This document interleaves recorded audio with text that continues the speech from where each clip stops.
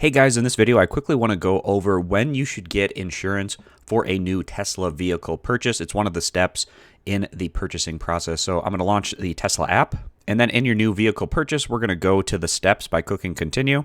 And you can wait quite a bit before getting the insurance. So what I did is I waited until my delivery appointment was scheduled. Once you have that delivery appointment date and time, then you know what date to start your new insurance policy. So when you have the date that your delivery appointment is scheduled for, and then at that point in step 6, you can go into the insurance area.